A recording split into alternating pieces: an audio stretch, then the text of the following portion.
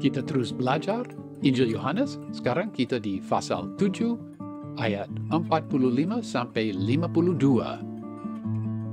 Ingatlah bahwa di dalam bagian ini kita sudah melihat dan akan melihat bahwa di masyarakat ada yang pro, ada yang anti, ada yang positif, ada yang negatif terhadap Tuhan Yesus Kristus. Apakah nanti Mesias datang, dia akan melakukan lebih banyak mujizat daripada orang ini? Oh, bukan, dia menyesatkan rakyat. Ada seperti itu di rakyat, di masyarakat.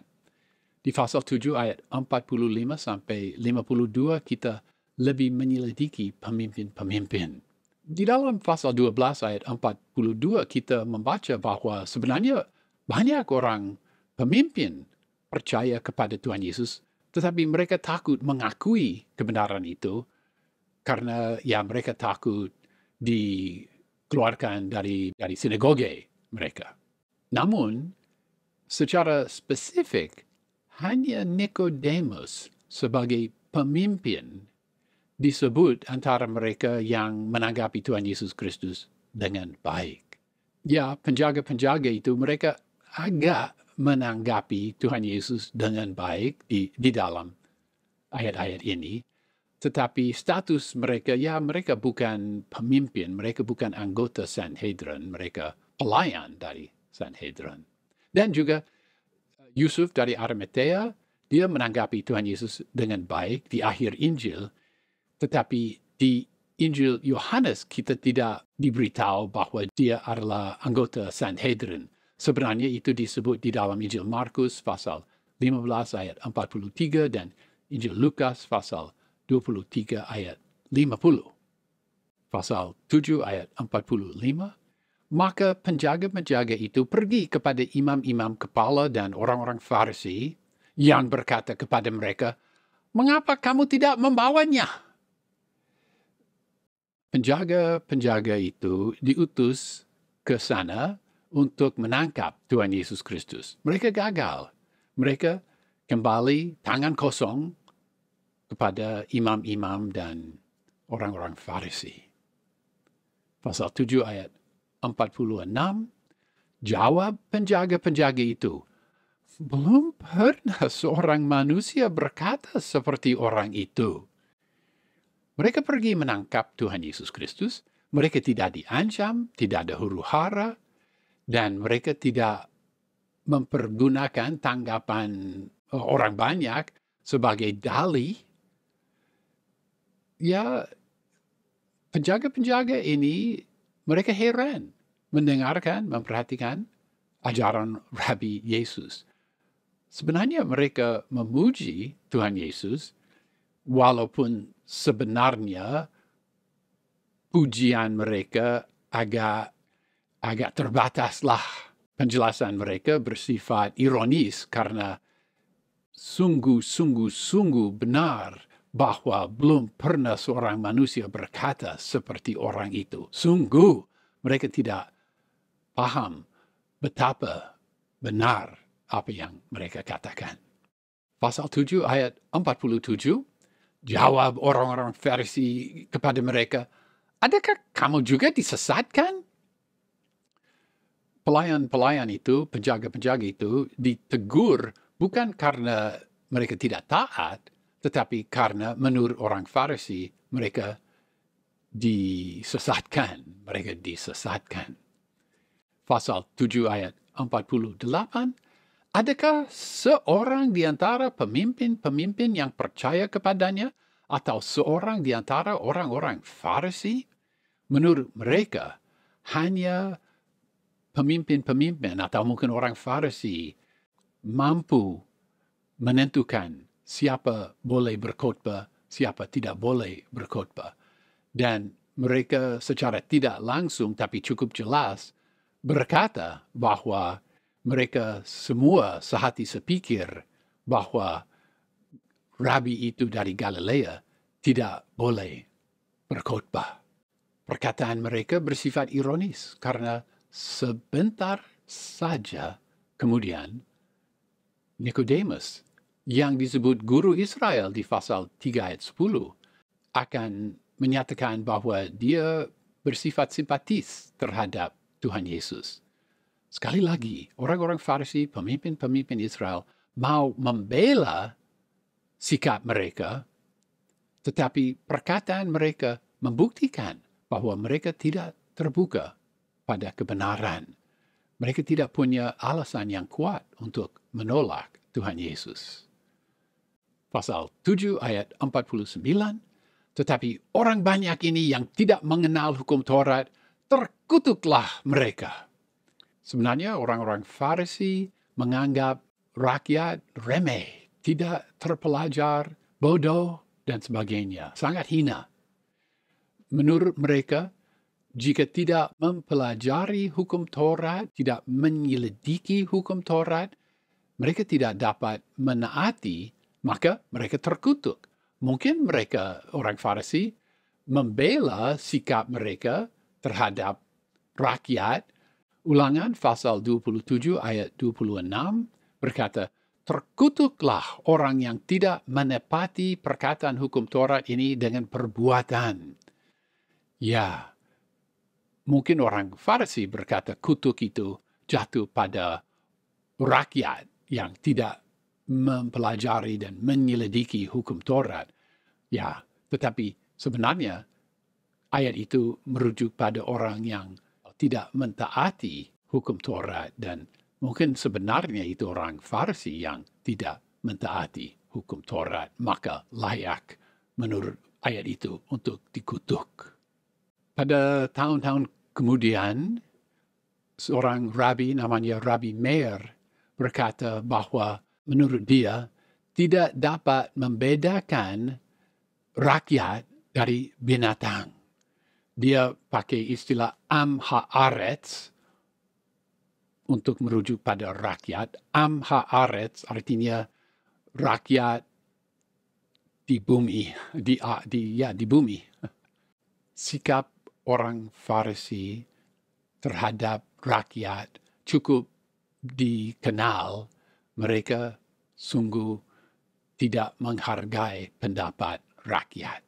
Mereka menganggap diri mereka sebagai ahli dan hanya mereka yang dapat diandalkan untuk masalah agama.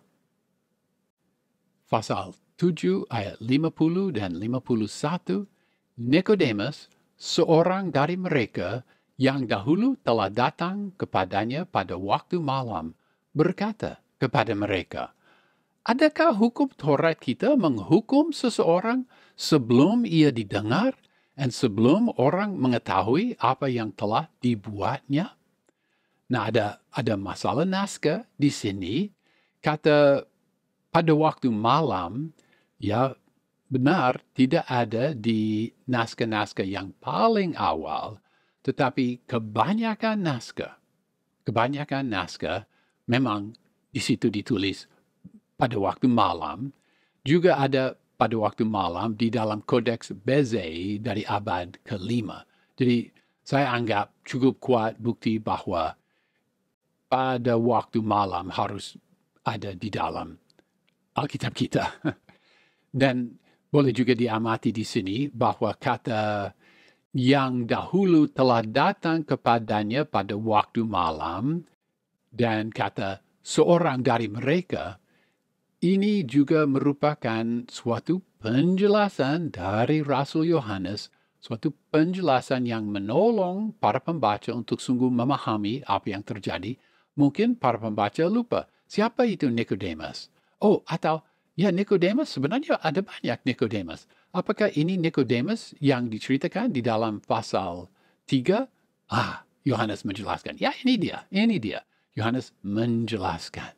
Sebenarnya di sini Nikodemus tidak membela Tuhan Yesus Kristus. Juga Nikodemus tidak mengaku percaya kepada Tuhan Yesus Kristus. Sebenarnya Nikodemus hanya mengemukakan suatu soal prosedur legal yang sebenarnya dilanggar oleh mereka. Kita boleh duga bahwa Nikodemus sudah sangat simpatis, bahkan mungkin sudah percaya jika dia berani mengemukakan hal ini di tengah-tengah orang Sanhedrin yang jelas bersikap melawan Rabi itu dari Galilea. Kita melihat di akhir Injil Yohanes, Nikodemus dan Yusuf dari Arimatea menurunkan mayat Tuhan Yesus dari salib Kristus dan membungkus dan menaruh di dalam kuburan. Ya, di situ cukup jelas Nikodemus, dia sudah jelas memihak pada Tuhan Yesus Kristus. Dia percaya juga pada Tuhan Yesus Kristus. Di sini, ya, apa bersifat simpatis atau sungguh percaya masih kurang jelas. Secara tidak langsung, Nikodemus menuduh mereka jika mereka sungguh mau menyembah Allah dengan roh dan kebenaran, mereka harus menyelidiki hati mereka. Pasal 7 ayat 52. Jawab mereka, "Adakah engkau juga orang Galilea? Selidikilah kitab suci dan engkau akan tahu bahwa tidak ada nabi yang datang dari Galilea." Sebenarnya Nikodemus hanya mengemukakan suatu soal prosedur, tetapi tanggapan mereka kasar dan kuat. Pertanyaan mereka, "Apakah engkau juga orang Galilea?" Itu penghinaan, karena mereka di Yudea sungguh menganggap orang Galilea sebagai orang bodoh. Sikap hati mereka jelas, tetapi mereka tidak dapat membela sikap hati mereka atau prosedur mereka yang salah. Mereka hanya dapat menyerang.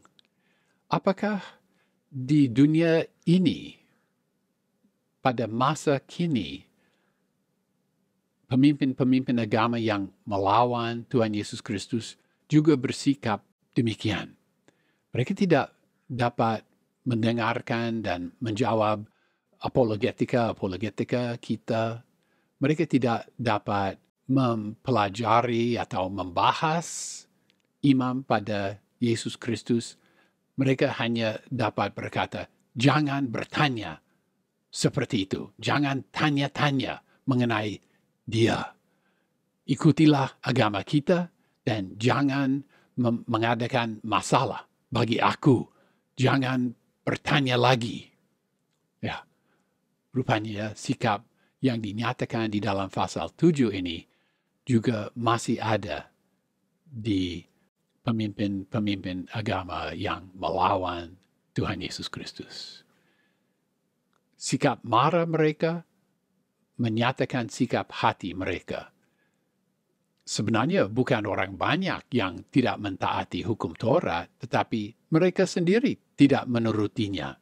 Mereka mau menghakimi seseorang tanpa mendengar dari dia, tanpa mendengar dari saksi-saksi apa yang dia lakukan.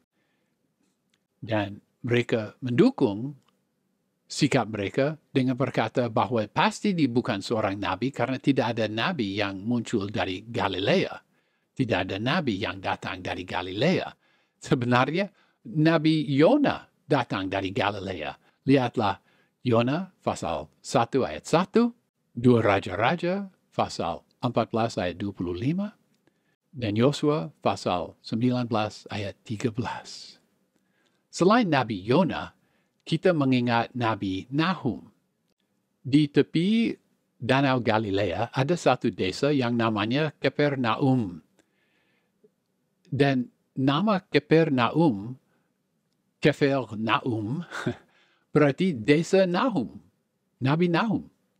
Tetapi sebenarnya tidak ada bukti bahwa Nabi Nahum dari Kapernaum, walaupun nama desa itu berarti desa Nahum.